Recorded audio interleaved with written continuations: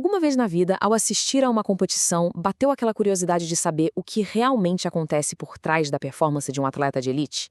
Como é possível que eles cheguem no auge, no ponto certo, exatamente no dia mais importante do ano? Pois bem, hoje a gente vai abrir o capô e espiar a engenharia por trás dessas vitórias. A grande pergunta é essa, né? Como é que se consegue uma precisão dessas? A gente vê o pessoal treinando o ano inteiro e aí, de repente, tudo se encaixa perfeitamente em uma tarde específica. Parece até mágica, mas a verdade é bem mais interessante. Então vamos direto ao ponto. Não tem nada a ver com sorte, não é acaso. O que existe é um plano, um projeto meticuloso, uma verdadeira arquitetura de treinamento que guia o atleta do primeiro dia de suor até a linha de chegada. E a peça central desse plano todo tem um nome. E essa peça é o mesociclo. Pensa nele como se fossem missões mensais. Em vez de sair treinando sem rumo, cada período de tempo tem um propósito bem claro, uma missão para ser cumprida. É a forma de organizar o que parece um caos, o treinamento, em blocos bem lógicos. A definição mais formal diz que é um período estruturado para atingir um objetivo específico e, olha que importante, para homogeneizar o trabalho. O que isso quer dizer? Basicamente, padronizar o estímulo para o corpo do atleta e entender exatamente ao que ele precisa se adaptar. Acabou aquela confusão de um estímulo para cá, outro para lá? E quanto tempo duram essas missões? Geralmente de 21 a 35 dias, ou seja, umas 3 a 5 semanas. É tempo suficiente para provocar uma adaptação de verdade no corpo, mas curto bastante para manter o foco total em um único objetivo. E aqui o contraste fica gritante. Sem o mesociclo, o treino vira uma bagunça. Metas que mudam toda hora, sinais confusos para o corpo e um progresso que ninguém sabe para onde vai. Agora, com um mesociclo bem estruturado, a história é outra. Tem o objetivo principal, um estímulo consistente e até a variação de carga é planejada. O resultado, um progresso sistemático que vai na direção certa. Certo, então se o mesociclo é esse bloco de construção, quais são os tipos de blocos que existem? Pensa nisso como se fosse a caixa de ferramentas de um treinador. E segundo os pesquisadores Zakharov e Gomes, existem 7 ferramentas principais, 7 tipos de mesociclos, cada um com uma função bem específica. Vamos dar uma olhada nessa caixa. A primeira ferramenta que a gente pega é o mesociclo de incorporação. Esse aqui é o ponto de partida, sabe? É a rampa de acesso para a temporada de treinamento. Ele é usado bem no comecinho para tirar o atleta daquele período de descanso e trazer de volta para o treino, mas de forma suave. A meta aqui não é quebrar recorde nenhum, é só preparar o corpo para o trabalho pesado que vem pela frente, de um jeito gradual e principalmente seguro.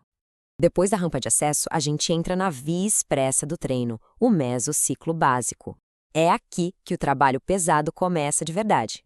Esse é o motor de todo o plano. O objetivo é bem claro: provocar as principais adaptações no corpo. Força, resistência, velocidade. É aqui que a base, o alicerce do condicionamento do atleta é construída e melhorada sem parar. Mas não adianta nada construir essa base toda se ela for desmoronar, certo? É para isso que existe o mesociclo estabilizador. A palavra-chave aqui é consolidar. Todo aquele progresso do mesociclo básico precisa ser cimentado no corpo. Esse bloco garante que os ganhos fiquem de vez, transformando aquele novo nível de condicionamento no novo normal do atleta. E, de quebra, evita o esgotamento. Ok, então, o treino foi feito, a base foi estabilizada. Mas e aí? Como a gente sabe se está funcionando mesmo? É para isso que serve o mesociclo de controle. Pensa nele como uma prova, um relatório de progresso. E olha só que legal essa citação dos próprios Zakharov e Gomes. A ideia é justamente essa: indicar o nível de treinamento que foi alcançado e, o mais importante, ver se o condicionamento do treino está sendo transferido para a performance na hora da competição. É a ponte entre o ginásio e o campo de jogo. Agora, uma ferramenta que, olha, muita gente subestima: o mesociclo recuperativo. E atenção, isso não é simplesmente não fazer nada. É uma recuperação ativa, totalmente estratégica. Ele é usado entre as grandes fases do treinamento e o objetivo é recarregar as baterias, tanto do corpo quanto da mente. O pulo do gato é fazer isso sem perder todo aquele condicionamento que foi tão difícil de conquistar. É tipo um pit stop inteligente para preparar o atleta para a próxima arrancada. E quando o grande dia está chegando perto, é preciso uma ferramenta especial. Esse é um mesociclo pré-competitivo. E olha, esse aqui é um bloco de alta especialização, coisa para atleta de elite mesmo. A estratégia aqui é de alto risco, mas com uma recompensa altíssima. O atleta encara cargas de treino gigantescas, muito acima do normal, e depois tem um período de recuperação bem grande. O resultado? O corpo se adapta a um nível muito mais alto, criando um pico de performance, uma supercompensação, bem na hora que precisa. E, finalmente, para fechar a nossa caixa de ferramentas, a 7ª peça, o mesociclo competitivo. É aqui que todo o planejamento encontra a realidade do jogo.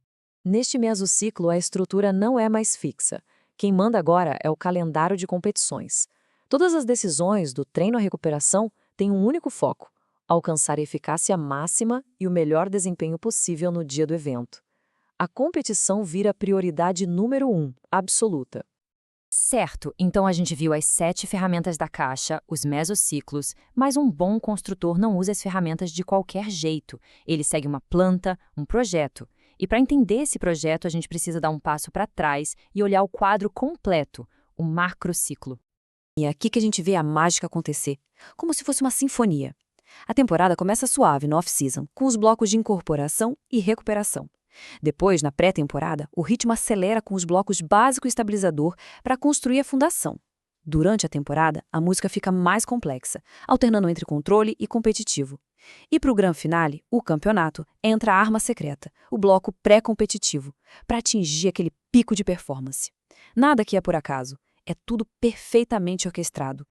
Então, no fim das contas, o que a gente tira disso tudo, a grande lição é que o sucesso no esporte de alto rendimento raramente acontece por acidente. Ele é projetado, ele é construído, bloco por bloco, com um propósito claro em cada passo do caminho. E isso nos leva a uma última reflexão, que vale para a vida, não só para o esporte. A performance de pico não é mágica, é método. É sobre construir com os blocos certos na ordem certa. Então a pergunta que fica no ar é: qual é o plano? Quais são os mesociclos para o próximo grande objetivo que se queira alcançar?